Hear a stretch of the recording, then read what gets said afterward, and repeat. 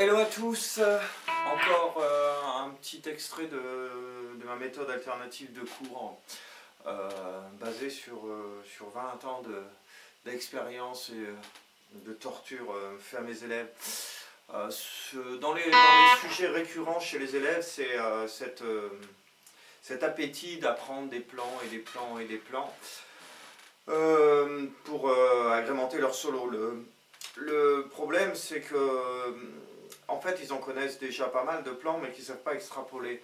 Donc le sujet de ce cours, c'est simplement partir sur un plan de base et essayer de voir comment le conjuguer à plusieurs endroits sur le manche.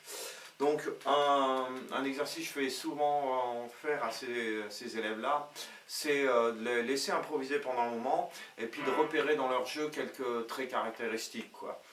Par exemple, un élève faisait souvent ce plan-là. Donc c'est un plan, à mon avis, piqué un peu à la Robin Ford, etc., qui est composé de cette façon, hammer, sur la corde de La. On est bien sûr en La mineur, hein, je refais la penta.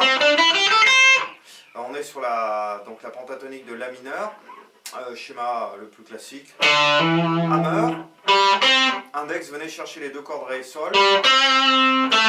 Ce qu'on appelle une résolution sur la fondamentale, sur le La.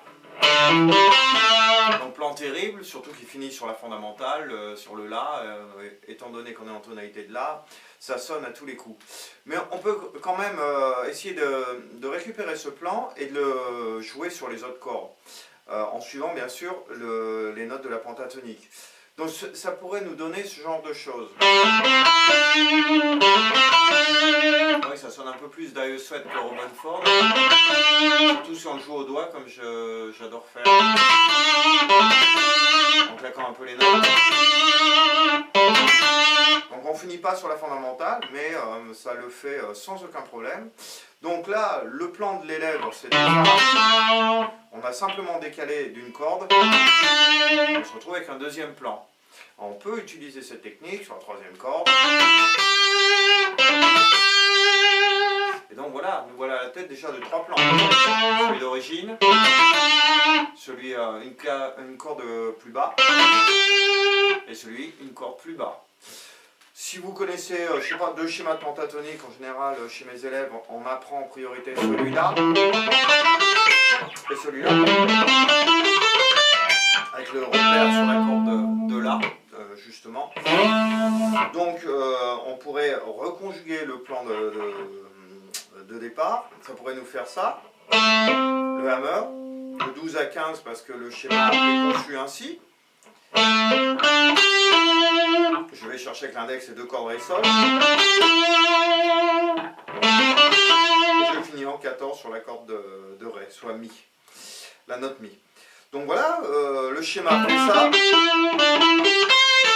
Si je continue, bien faire attention en corde de Si, on n'est pas en 12, on est en 13. Hammer, 13.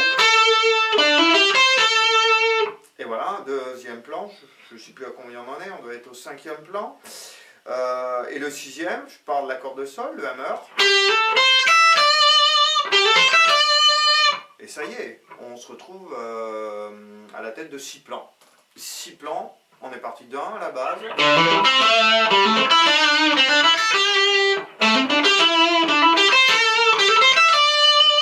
Donc ça c'est vraiment une piste sur laquelle faut travailler.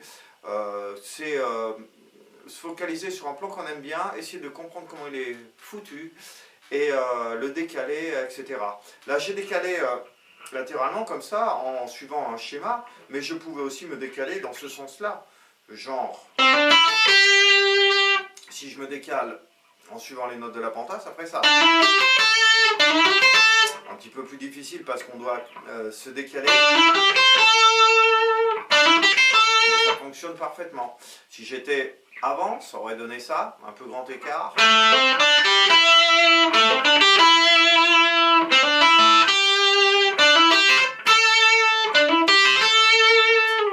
Donc voilà, 8 plans nouveaux pour vous.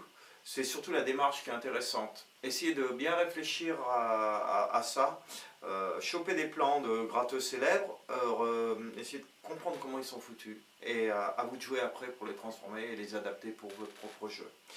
Voilà, prochain cours au prochain numéro. Bye.